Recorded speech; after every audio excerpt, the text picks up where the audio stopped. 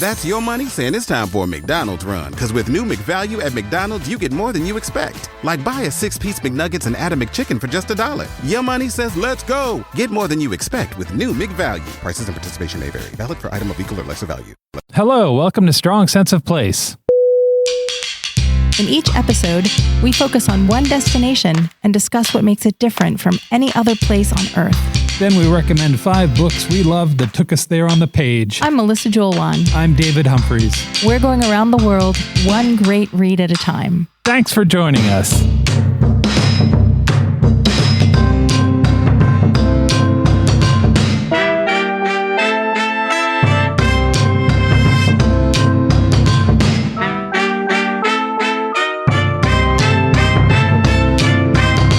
Welcome to Season 3, Episode 31 of Strong Sense of Place. Today we are getting curious about the forest. Are there going to be talking bunnies? I can only hope. I really like the forest. When I was young, my grandmother and granddad had a cottage by a lake surrounded by a forest. And so whenever I'm sort of called on to think of a calm place, I frequently start there. Oh, that's really nice. Yeah.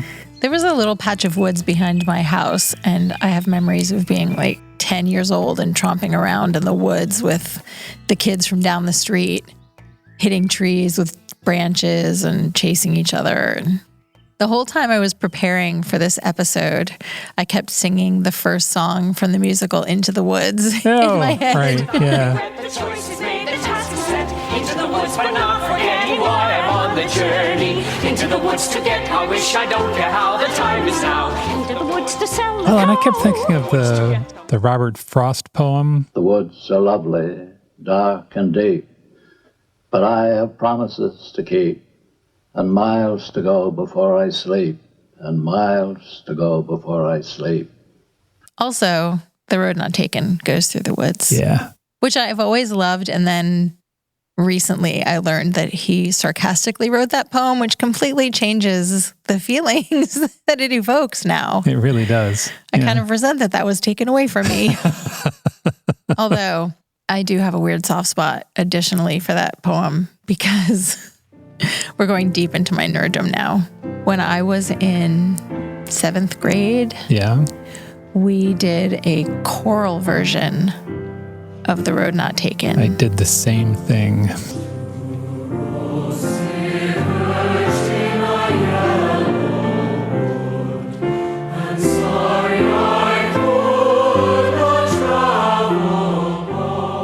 And I was the pianist, Yeah. or the accompanist for the chorus. Yep. And I can still play bits of that from memory. But that's how I learned the poem. Yeah. Just set it to music, it sticks in there. Your choral teacher and my choral teacher must have been on the same subscription because I know we also did the Beach Boys medley. Round, get around, I get around, yeah, get around. Good times. Good times. Had choreography. Yeah, ours did too. I had a solo. I was at least safely stuck behind the piano. But back to the woods. You want to start with the 101? Yes. Forests cover about 1/3 of the Earth's land mass. Really? Yeah. 80% of animal and plant species live in the forest. Wow. Mm-hmm. Very important plots of land. Yeah. More than half of the world's forests are found in just 5 countries. Do you want to try to guess them? Russia, Canada. Yes. Okay, and then I'm done. Brazil, China, and the United States. Really? I wouldn't think the United States would rank with that. Well, I think it's because Russia and Canada have so much. Yeah. And only 1/3 of existing forests are primary forests. What's a primary forest? Well, for starters, they can actually be called primeval forests too. And that's what I'm going to go with. Yeah. Because that's a lot more fun. Yes, it is. So primeval forests are old growth forests that haven't been monkeyed with by humans. Okay. They've never been logged. The trees haven't been cut down and replanted by humans. Their regeneration is natural, which means that the trees live and die and then become topsoil for new trees all on their own. Yeah. And this leads to a lot of diversity in the forest. There are canopies of different heights. There are different types of trees. They're of varying heights and widths. It's basically forest utopia. People who care about the planet are understandably very passionate about these forests. Yeah, sure. But sadly, that hasn't always been the case. It's estimated that about half of Western Europe's forests were cut and cleared before the Middle Ages. Wow, really? Yes. And the Black Forest, found on the border of Germany and France, which is the inspiration for so many fairy tales, was almost completely deforested in the 19th century. It's since been replanted, and it's a very famous place to go for like hiking vacations. Yeah. But all of those trees are primarily spruces.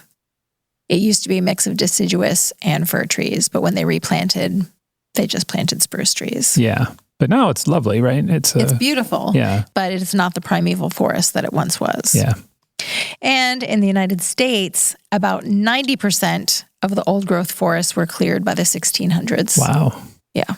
Middle Ages. That's really amazing to me that happened so young in the evolution of our technology. Yeah.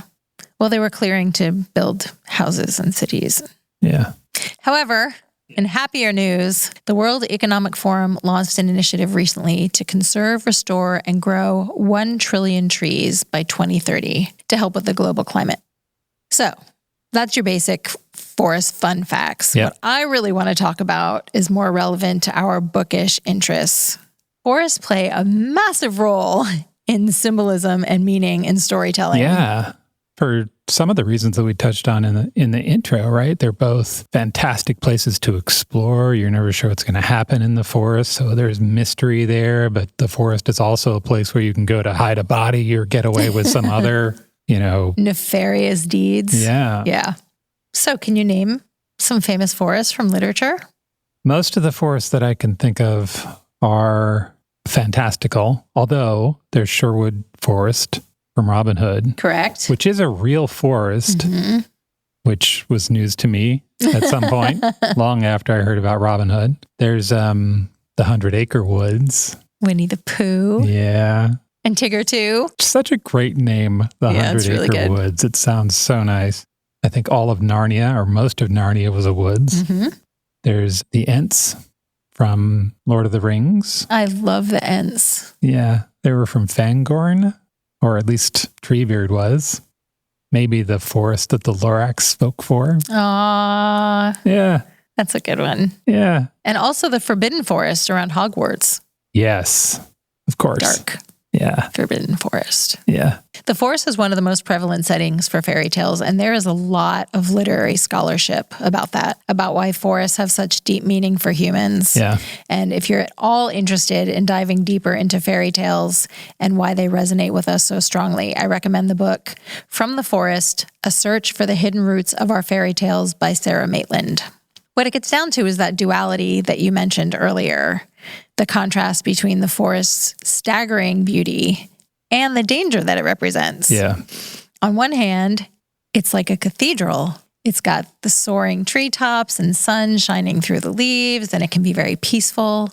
It's ancient, it's timeless, but it's also a place of the unknown where it can feel like anything can happen. Yeah. Right? If the village or a castle represents safety and familiarity and order and togetherness, then the forest is danger and untamed wilderness. It's potentially a magical realm, and the rules of society definitely do not apply. Yeah. It's home to wild creatures, fairies and witches. Yeah. It's a hiding place for brigands and ogres and trolls. There are travelers and knights, kings and princesses, animals that talk, things that slither through in the brush.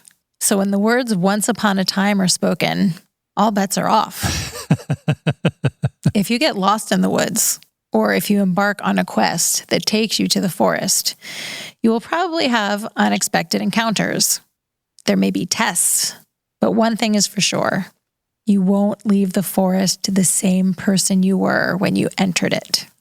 In the Middle Ages, there was almost a moralistic distinction made between things that were tame and things that were wild. Tame was good, wild was bad. And the forest was often called the wildwood because in the wildwood, anything might happen. The wildwood is where we find Hansel and Gretel and Little Red Riding Hood and Snow White and Rumpelstiltskin. It's where beauty finds her beast. And although the forest can be dangerous, it's also very seductive. There's temptation to explore and to search, to go places you know you really shouldn't go. So in Hansel and Gretel, the children can't resist the witch's house in the forest. It's made of bread. It has cake for a roof. It has windows made of sugar. Well, then they're lost in the forest, right? They see this place of sanctuary, and it looks so good, so tempting that And they they're so approach hungry. it. And they're hungry because you're in the forest, and it's hard to find food. And then there's Little Red Riding Hood. Who knows? She should be careful, but she falls prey to the sexy, dangerous wolf in the woods. Yep. But the forest can also offer protection and sustenance. There are nuts and berries and flowing streams. There are tree trunks you can hide in and tall branches that you can climb up if a bear is chasing you. Mother Nature is right there to feed you and protect you, but maybe only if you're somehow deemed worthy, which we see in fairy tales over and over. In the book, Letters to a Young Poet, from the writer Rainer Maria Rilke, we get this, and this is where I'm going to end my 101 today. Okay. Perhaps all the dragons in our lives are princesses who are only waiting to see us act just once with beauty and courage. Perhaps everything that frightens us is, in its deepest essence, something helpless that wants our love, including the bears and the beasties, the fungi and fairies, the wolves and witches, hidden in the deep forest and the frightening, spellbinding, life-changing stories to be found only in the dark of the woods. That's really nice. Are you ready for 2 truths and a lie? I will do my best. I'm about to say 3 statements. 2 of them are true. 1 of them is not. Mel doesn't know which one is true. Here are the 3 statements. First, there are hawks in Australia that start forest fires. 2, there are trees that have been to Mars. Astronaut trees. Yeah. And 3, there are an estimated 3 trillion trees on Earth. Once again, they all sound plausible, Let's go through them in order then. but fantastical. Okay, so there are hawks in Australia that start forest fires. True. That is true. According to National Geographic, there are hawks in Australia that use fire to hunt. What? Yeah. They'll find a smoldering stick, pick it up, travel up to a half mile away, drop it in some dry grass, and wait for the rodents and reptiles to run. Arsonists. Yeah. Avian arsonists. Yeah. Even weirder for me, that behavior has been tied to at least 3 different species of hawks. Wow. Yeah, I mean, it's pretty clever. it is. We learned about this behavior from Aboriginals who told stories about firehawks. At first, of course, the white people were like, nah, Animals are dumb. They don't use tools. hawks using fire? That's ridiculous. And then they saw one. There was at least one Aboriginal story about how firehawks introduced fire to humans. Oh, that's really cool. Yeah, which doesn't seem hard to imagine that it happened at least once, right? A hawk set something on fire and people were like, oh, that's good. We should do that. Mm-hmm. Which later got told as the hawks taught us how to use fire. Neat. Yeah. So, second statement, there are trees that have been to Mars. False. That is the lie. As far as we know, no trees have been to Mars, but some trees have been to the moon. What? And we don't know which ones. Okay, wait a second. What's going on? So we take you back to the very groovy days of 1971. Astronaut Stuart Roosa is about to leave for space on Apollo 14. He's approached by a man named Stan Krugman. At the time, Krugman is the director for forest genetics research at the U.S. Department of Agriculture. In my imagination, Krugman walks up to Roosa and says, here, put these in your pocket. And he gives Roosa a bunch of seeds. And then Krugman says, I want to see if these will hold up to space travel. And Roosa looks at the seeds. There are hundreds of them.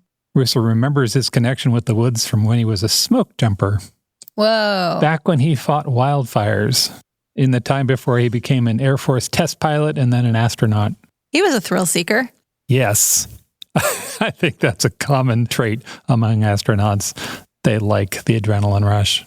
And Roosa says, sure. So he puts his seeds in his personal stuff and he gets in a rocket and he orbits the moon 34 times as the Wow. pilot of the command module. Seconds, 25 nautical miles an hour. altitude, 30 nautical miles downrange. And he brings the seeds back and he gives them to Krugman, and Krugman does some experiments, and he realizes that the trees will still germinate.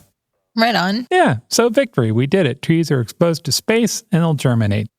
But now he's got a bunch of little tiny trees, little seedlings that have been to space. Do they have little helmets? I can only assume. Yeah, little patches. Little patches Yeah. that say NASA? So he starts giving them out. One was, yeah. That made my eyes sting. I don't know why. One was sent to Washington Square in Philadelphia and planted as part of the bicentennial. Cool. Yep. Another one to the White House. And after that, we kind of lost track. So now they're just out there like smoking a cigar, telling stories about the time they went to the moon. Yeah, that's exactly it. In about 1996, a teacher sent in an email to NASA asking about a local tree that had a plaque that just said moon tree. Oh, that's awesome. Yeah. And a guy named Dave Williams got the email, and he got curious and started a website to locate all of the lost moon trees and their children, who are called half moon trees. Oh my gosh, this is amazing. Yeah. And there's a site that we'll point to. It's adorable. It is very 1998. There are pictures and newspaper clippings from a simpler time. The astronaut, Stuart Roosa, he died in 1994. To honor him, his family planted a half-moon tree at the Infinity Space Center, which is a science center in Mississippi. I love everything about that. That was the best lie ever. So, the 3 trillion trees. So that's true. So the first amazing thing about that statistic is how we know. Scientists got high-resolution satellite images of the Earth and then programmed computers to count trees. What? Yeah. And they ended up counting 400,000 discrete areas in the world. Huh. Yeah. And you can see the results of their study. A laboratory at the University of Maryland made a map of tree density. You can zoom into any part of the Earth and see where the trees are. Whoa. Yeah. And we'll link to that. The second amazing thing is that's about half the number they think there were when civilization started. Even now, we cut down about 15 billion trees a year. But third thing, we're replacing them now. So we have a net gain in trees happening right now. Oh, that's good. Yeah. But back to the stat. So people are bad at big numbers. So for scale, right now, we have 420 trees for every human on Earth. That's nice. There are more trees on Earth than there are stars in the Milky Way. What? Yeah. There are an estimated 100 to 400 billion stars in our galaxy, and this number is way bigger than that. Every star you've ever seen, plus a whole bunch more. That's 2 truths and a lie. Do you want to talk about books? I do. My first pick is Falling from Grace by Anne Erickson. I'm not quite sure what label to put on this book. It's sort of a family saga mashed together with an ecological drama. And it kind of has a whisper of coming of age, but can you say coming of age about an adult character? Oh, I definitely think you can say coming of age about an adult character, but maybe that's because I'm old. This book is almost kind of a thriller because it has a lot of suspense, but it's a lot of good things. So that's like 3 different kinds of books you just described. It's a thriller coming of age with an ecological and family saga. And a family saga? Yeah. Wow. It's a rich story. Let's just say that. Okay. Okay. It's set in the old... like 1,200 pages long? It is not. It's, 300 something. Totally normal. All right. It's set in the old growth forest on Vancouver Island, Canada. Our heroine is Faye, and she has dwarfism, so she's 3.5 feet tall. Oh. Yeah. Okay. And she's an entomologist, a bug specialist, who's devoted her life to studying the mites that live at the top of the tallest trees in the world. Wow. So let's unpack that a little bit. Okay. Mites are the tiniest arachnids imaginable. They are just 1 millimeter in length. So a tiny woman is studying the power of these itty-bitty mites on the top of the tallest trees she can find. So there's a lot of playing around with the themes associated with size and power. Yeah. But it never felt clunky. I never felt like I was getting hit over the head with it. But that's kind of what's going on in the background. Okay. Faye loves trees. Faye loves trees more than people. Trees mean everything to her. So there's a reverence and a playfulness and like this deep affection for trees and what they represent. And the story is told through her first-person narration. So when she talks about the trees, Like I was just infused with this feeling of love for trees too. It's so good. In the very first paragraph of the book, she says, I climb trees for a living. If I could fly, I might never touch the earth, setting my feet only on the highest branches of the tallest trees. What I seek most is solitude in the company of trees, connection with another being. And that last little bit about connecting with another being is key because she does not get along with people at all. Trees and mites, 100% yes. Yeah. People, that's her place. people's a lot harder. People are a lot harder. People are a lot harder. Yeah. So her mother's name is Grace, the Grace of the title. And Faye describes her mother as a woman of great compassion but little tact. Okay. And Faye's relationship with her father is very strained. And when she has an interview with a possible assistant, she just eviscerates them. Faye is prickly and intelligent and very driven and completely unsentimental. This is not a soft woman. And she's very impatient with the world, particularly people who are ignorant about dwarfism and their stupid prejudice about her size. And she really can't tolerate people who don't have an appreciation for science and nature. So you can imagine her making her way through the world is challenging. Yeah. She eventually finds an appropriate assistant. His name is Paul, and they form a really solid professional partnership. And they go out into the forest and they work and camp and climb to the top of these enormous trees. But one day, their peaceful campsite is invaded by this motley crew of protesters. There's a strip of forest that's supposed to be protected, and it seems like a multinational is cutting down trees in the protected part of the forest. And as a scientist, Faye feels like she is not supposed to get pulled into activism. And she finds herself in the middle of the conflict because she has a working relationship with the logging boss. But now she's essentially living with these protesters and she does not know them. Yeah. She is not necessarily emotionally in their camp. She has a job to do as a scientist. She does not perceive herself as an activist. Yeah. So there's a lot of drama between the protesters and Faye. But there's also a lot going on within the protest group itself because they're not all upstanding citizens. And some of them have really shady motives for being there. Oh. As you might expect, it finally all boils over and there is a tragic, violent crime. And that drops a bomb in Faye's life and creates one of those rifts where there's the before with a capital B and the after with a capital A. And that's what the majority of this story is really about. The author Anne Erickson is a biologist and an ecologist. Oh. She was born and raised in Canada, and she now lives on a small island tucked between Vancouver Island and the Canadian mainland. So she's deep into the story. Yes, she and Faye both know what they're talking about. Yeah. And what that means is that this book is just rich with fascinating scientific detail. And instead of shying away from the technical stuff, she has found a way to weave it into the story in a way that makes it really compelling and makes us understand why Faye is so passionate about her work. There's a really interesting passage about why mites are so integral to the food chain, because you think this thing is like a millimeter long, living so far above the ground, you can't even see the tops of the trees. How does that have a relationship to what's happening in the soil? Yeah. But it does. It's amazing. Yeah. But this can also be pretty funny because Faye is so prickly. When she's describing her work, she says, at parties, the conversation crashed when I mentioned mites and people excused themselves to get another drink or asked if mites really live on eyelids and cleaned crap from the eyeballs. Yes, I would explain, barely hiding my annoyance. Mites do live on eyelids and in dust bunnies. I didn't go to many parties. Yeah, so she is just a wonderful narrator. And there's some really sad stuff that happens in this book. She just sounds like the king of all introverts too. Yeah.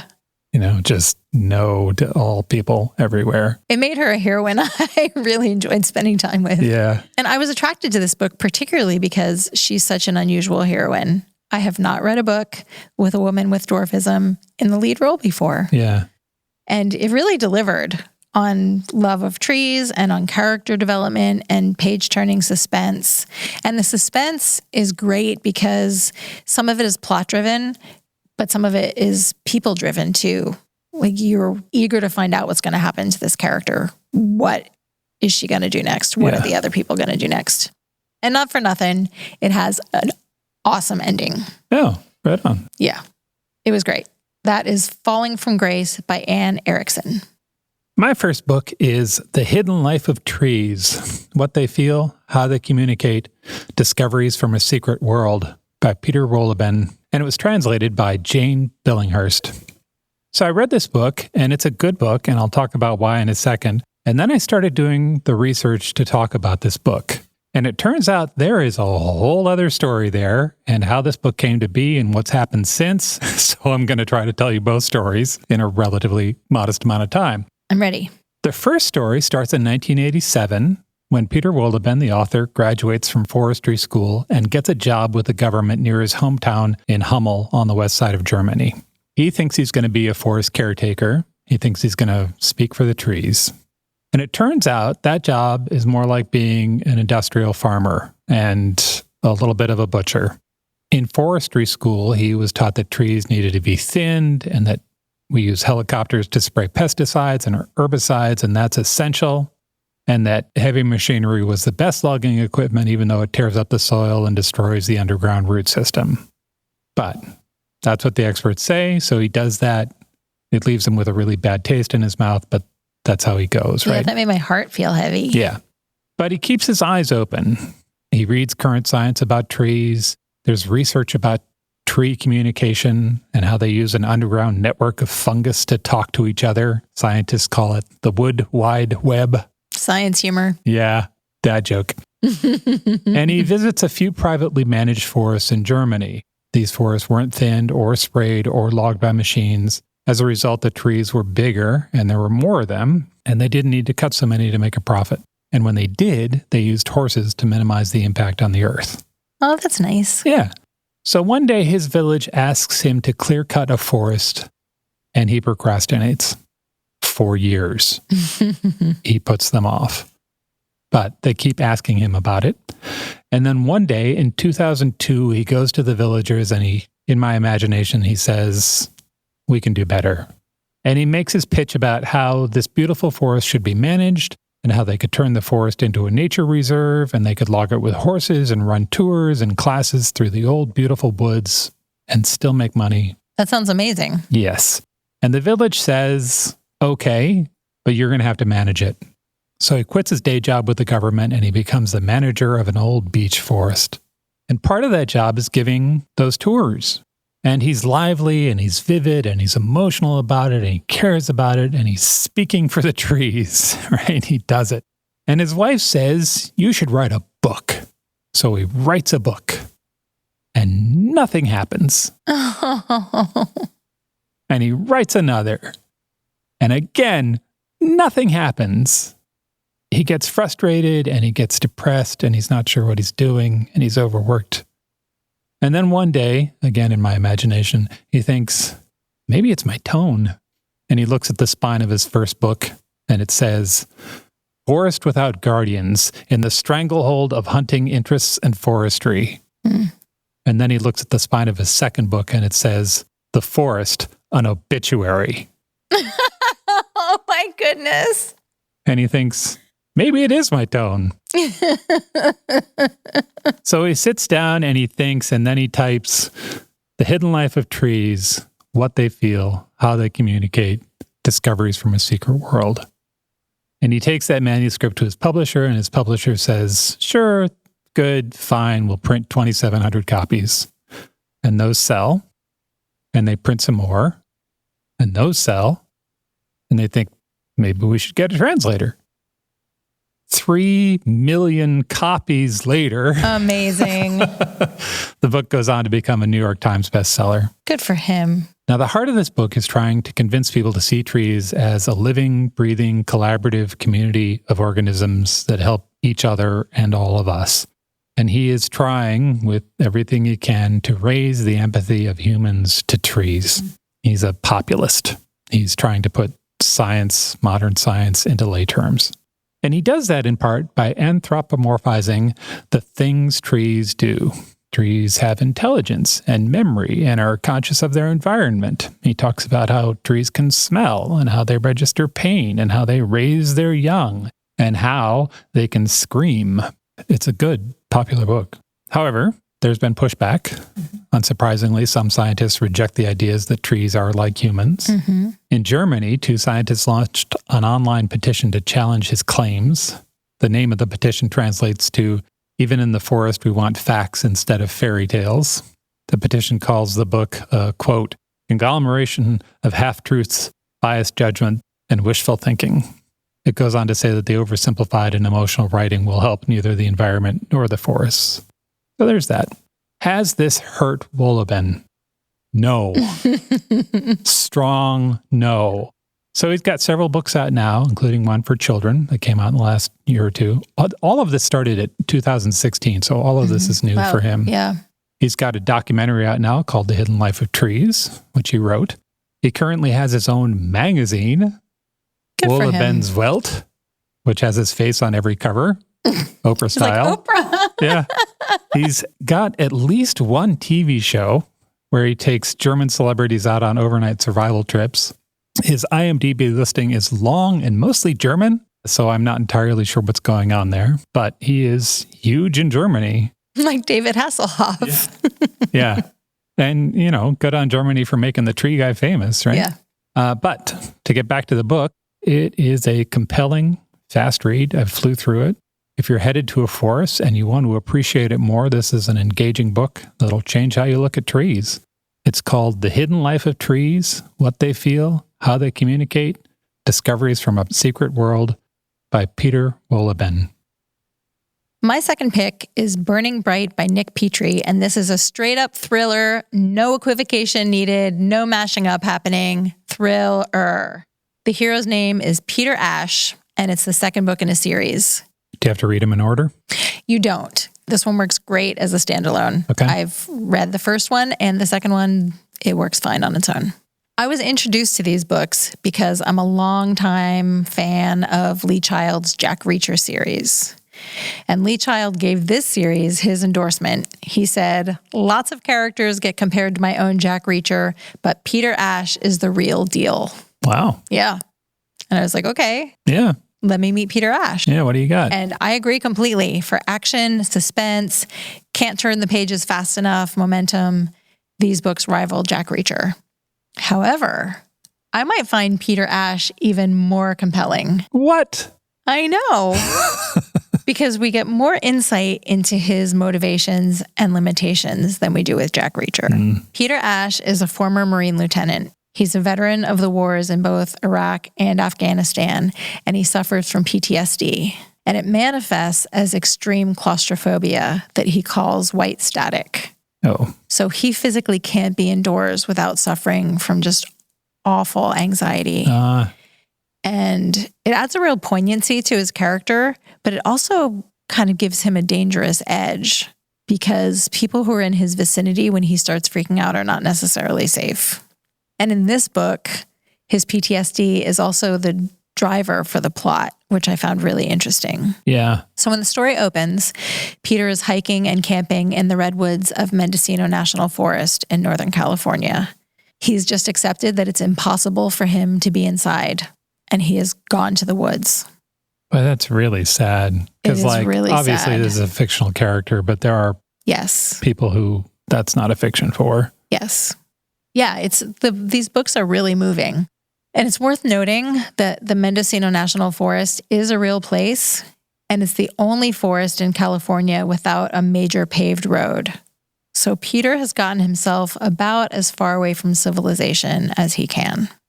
And he's having a really good time. He loves being outside. One day, he's just walking along, minding his own business, enjoying the earthy aroma and the solitude of the trees, and he sees a grizzly bear. And he tries to quietly back away, but the wind shifts and blows his scent straight at the bear. And the bear chases him. Oh. And Peter climbs up a tree, and he watches as the bear just destroys his pack and all of his supplies. The bear eats his food. Yeah. So he's literally up a tree with nothing. And the bear is still kind of padding around down below. Yeah. And while he's trying to figure out what he's going to do next, right, he's very tactical in his thinking from his military training. So he's like, I have no supplies. The bear is still down there. I'm up this tree. Yeah. He discovers that there's an elaborate setup of ropes. Like he sees this rope hanging in the tree. Okay. So he shimmies up one of the ropes. Now, keep in mind, he doesn't know where the rope came from, who put it there, how safe it is. But this is the kind of risk that Peter takes regularly. Yeah. So he climbs up the rope, and then there's another one. And he just follows these ropes, climbing higher and higher in the trees, like 300 feet up. And he sees a platform. So he gets onto the platform and he takes a little breath because now he's not hanging by his arms anymore. And he hears a noise and he turns around and there is a woman holding a gun on him. What? Her name is June. Okay. She's a journalist. Oh. And she's very good at climbing trees. And she's hiding out because there are bad guys circling the tree below. Okay. Yeah. So the next little bit of the story is a thrilling chase scene set in the treetops. The two of them take off. There's ziplining, there's fog, there's sunlight coming through the leaves. There's a part where Peter's just dangling from the rope, holding on by his hands because his clip didn't work. There's a white knuckle car chase and a shootout when they get to the end. Oh my goodness. And all of this happens in like the first 3 chapters. Like this is just the beginning. All of this is Act 1. Yeah. And then when they've kind of gotten out of the immediate danger, Peter describes all of that as, quote, a pretty interesting day. Yeah. Which tells you his comfort level with adrenaline. Okay, so when he and June can finally catch their breath, we learn that she was almost kidnapped, but she doesn't know why. She doesn't know who the bad guys are, and she doesn't know what they're going to do with her. And she and Peter team up to figure out just what is going on. Solving this mystery involves a lot of dangerous action and smart conversations between these two because they're both super smart, and a little bit of tasteful sexy times. Oh, nice. It has the feel of a spy novel. Like there are a lot of double crosses and secret identities and a really dastardly villain. But instead of traipsing across Europe, our heroes are in the redwood forests of Northern California and Seattle, Washington. There are a lot of bullets flying at various times in this story. So if you know you are sensitive to that, this isn't the book for you. There's lots of people getting shot. One of the things that makes Peter a really great hero is that he is not invincible and he's a little bit reckless. Every time he has to go inside of a building, he suffers. And like we feel that.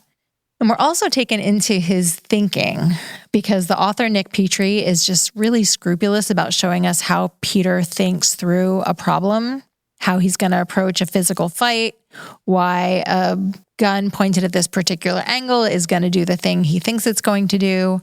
We get deep into that kind of tactical thinking. He's not a superhero. Like he gets hurt. He gets really beat up.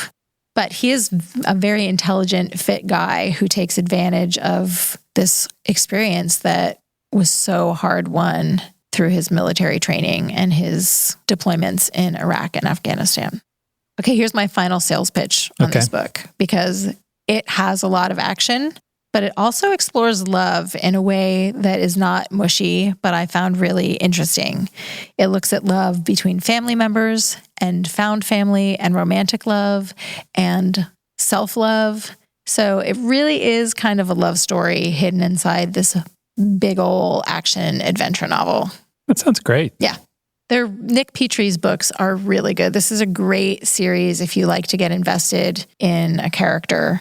One of the other books in the series is set in Iceland, and he's so good at setting. Like, I'm really excited to read that one.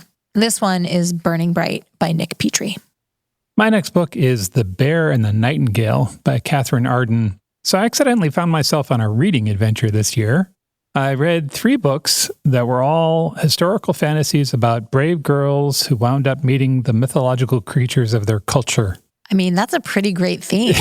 It was pretty great. And I was kind of surprised to find myself there. And all 3 of those books were written by non-native women who just loved the culture they were writing about. The first was The Wolf and the Whale by Jordana Max Brodsky, about the Inuit girl 1,000 years ago. I talked about that for our Arctic episode. The second was City of Brass by S.A. Chakraborty, about the Egyptian girl in 18th century Cairo, which we talked about in our last episode. And this one is The Bear and the Nightingale by Catherine Arden. It's about a medieval Russian girl. It would have easily worked for our Russia episode. There's a lot of Russia in here. And it might be my favorite, but they're all lovely. All three of these books have a lot to say about gender and role and what it means to be a woman with power in a society that doesn't really accept women with power. If you're looking for books for a book club, particularly for young people, this could be a really interesting trio. It's also lovely to see that women are getting more space in genre fiction, particularly fantasy. That was not the case when I was younger. But this book starts with an old woman sitting in a kitchen telling children the story of Morozko, the Winter King. It's a very promising opening. And the first part of this book reads a bit like a Russian novel. There's a lot happening. Characters are introduced at a rapid pace, and most of them have 2 or 3 names. Nikolai is also Kolya, and he's the brother, like that. So for me, this requires an index card. In the middle of this, there's a woman who might be a witch, and she's definitely royalty, but she lives in the middle of the forest. Wait a second. She's a royal witch? Yeah.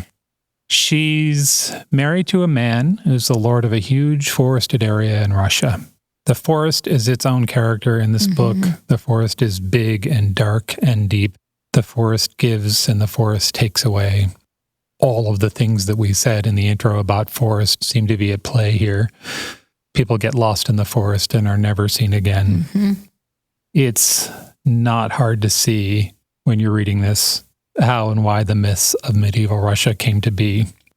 So the maybe witch has a daughter, a baby girl, who some people seem to think is beautiful and others think she's a little hard to look at. Rude. Yeah. Her name is Vasya, also Vasilia. Shortly after her birth, the maybe witch dies. Vasya grows up. It turns out she can see things that other people cannot. Odd things happen to her. She encounters creatures that would completely freak an adult out. But to a child, she's more open to them. And she kind of negotiates with them. She befriends a possibly untrustworthy tree nymph. She meets the River King. He likes to eat children. Oh. She avoids that fate. Her father remarries. Her new stepmother also has the second sight, but she has a much different relationship with those things. For her, it's sort of demons everywhere. I also will say that this is the first story I've read where the father marrying a potentially evil stepmother is actually motivated. You're like, oh, I understand why that would happen. Eventually, because of some machinations in Moscow, a monk is sent to the village. The monk is charismatic and determined and also self-loathing, and he wants to bring Christianity to Vasya's village. This book is divided into 3 books. I'm reading the first book and I'm thinking, oh, okay, it's a Russian family saga with some mythology mixed in. And then the second book starts and we walk into just a horror story, just a straight up, straight up creepy. There are ghosts and vampires and spirits in the night. Whoa, that's fun. They are unhappy, these spirits. But most of all, there's an increasingly hostile forest which threatens to wipe out the entire area. The Christianity versus Russian folklore theme really starts to get going when the recent dead start to walk through the woods and bang on windows and say things. But the book is not one-sided on that issue. I don't want you to get the wrong impression. Ultimately, this is a hopeful fairy tale about how easy it is to use fear to divide a community, which is a theme that might be resonant. This was the author's first book. Amazon selected it as the best science fiction and fantasy book of 2017. Catherine Arden has since finished the trilogy that the book began, so you can marathon the series if you'd like. I'd also like to mention that the audiobook for Bear and the Nightingale is lovely. You can drop that on, and it sounds like somebody is reading you a folk story as you walk along. It is a great story for a cold night. It's The Bear and the Nightingale by Catherine Arden. That sounds really good. I understand why people keep recommending that book to me. My final pick is also a fairy tale. It's The True Story of Hansel and Gretel by Louise Murphy. And as you probably guessed, it's a retelling of Little Red Riding Hood. of Little Red Riding Hood. Here's the cool thing. Yeah. It takes place in the forests of Poland during the last days of World War II. Oh. I see where we're going now. Yeah. This one starts out right in the middle of the action. A man is on a motorcycle barreling along a road through the forest. His wife is sitting behind him, clinging to his waist with all her might. His 2 small children are in a sidecar, anxiously looking behind them. They're being chased by 3 Nazis on motorcycles. They are Jewish, and they are running for their lives. So if you needed a motivation to put your children into the woods.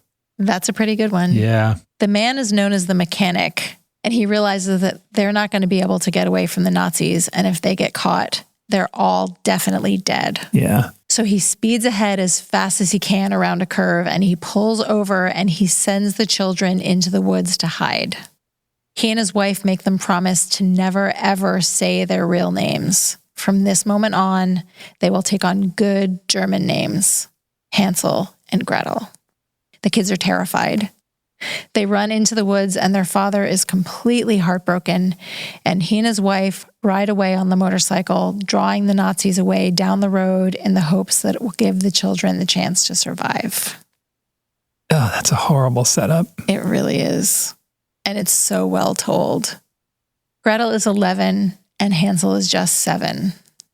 They wander into the woods until they're found by Magda, an old woman who lives in a cottage. The people of the nearby village call her Witch.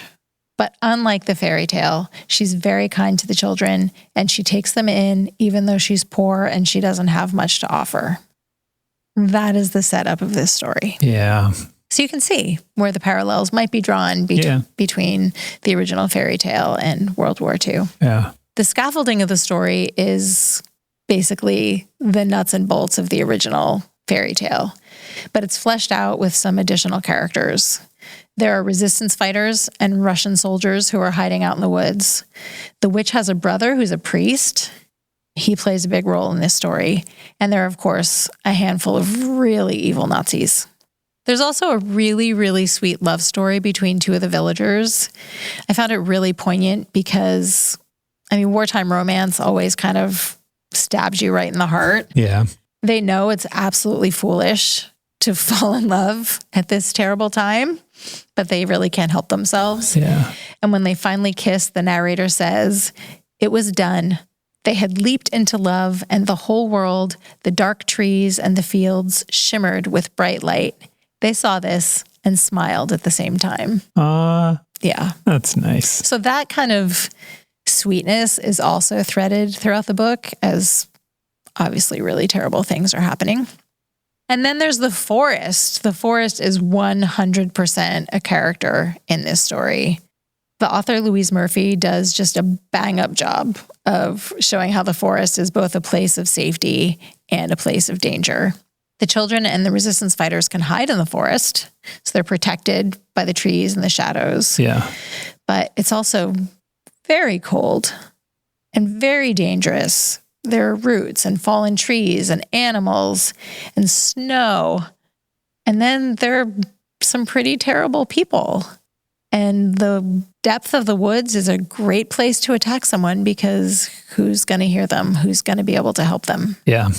The story is set in a real forest. It's called the Białowieża Forest, and it's on the border between Poland and Belarus. It's one of the last and largest parts of the primeval forest that I talked about earlier. That used to cover all of Europe and is now just a corner of what it was. Yes.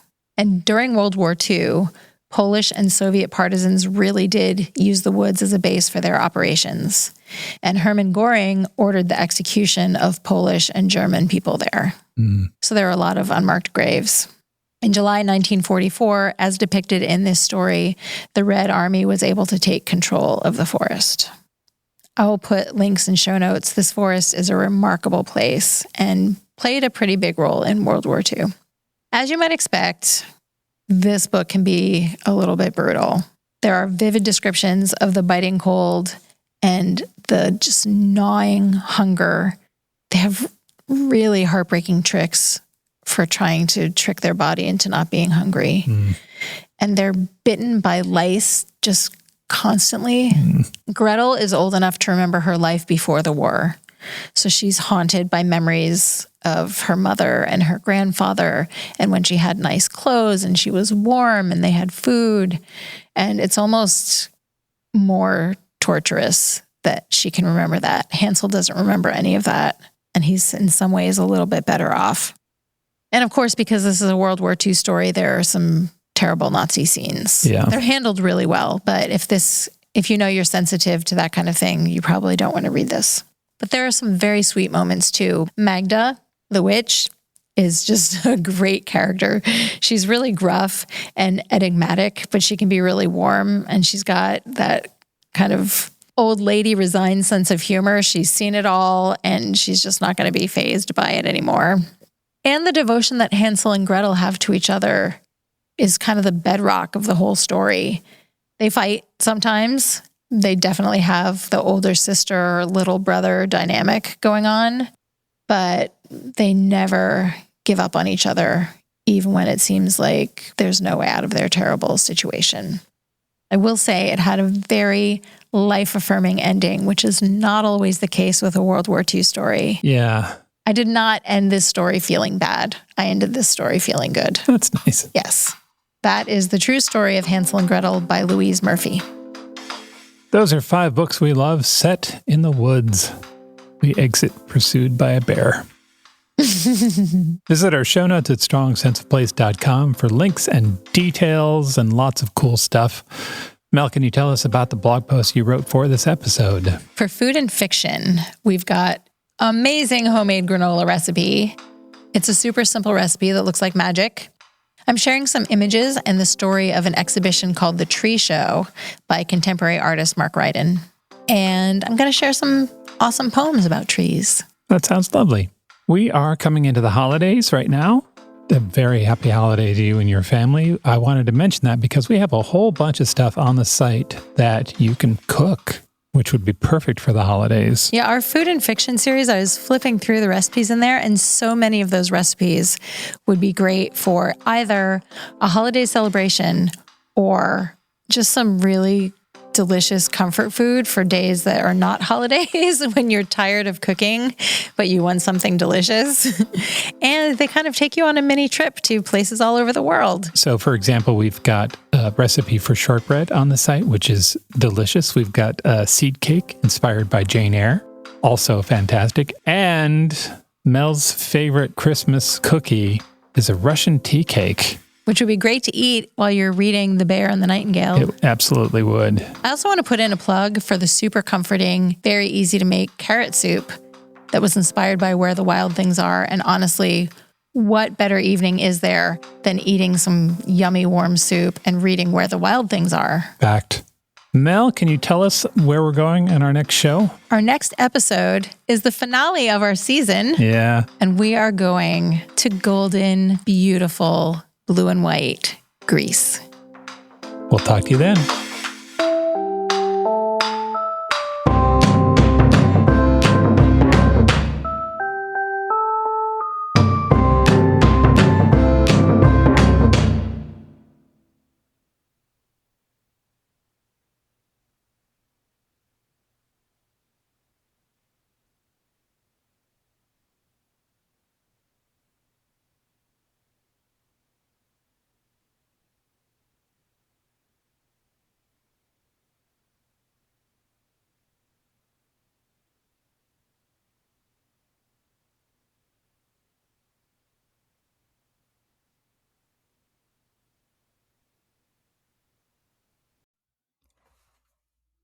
Have you ever heard about the 19th century French actress with so many lovers that they formed a lovers' union? Or what about the Aboriginal Australian bandit who faked going into labor just to escape the police, which she did escape from them. It was a great plan. How about the French queen who murdered her rival with poison gloves? I'm Anne Foster, host of the feminist women's history comedy podcast, Vulgar History. Every week I share the saga of a woman from history whose story you probably didn't already know, and you will never forget after you hear it. Sometimes we re-examine well-known people like Cleopatra or Pocahontas, sharing the truth behind their legends. Sometimes we look at the scandalous women you'll never find in a history textbook. Listen to Vulgar History wherever you get podcasts. And if you're curious, the people I was talking about before, the Australian woman is named Marianne Bugg, and the French actress was named Rochelle, no last name, just Rochelle. And the queen who poisoned her rival is Catherine de' Medici. I have episodes about all of them.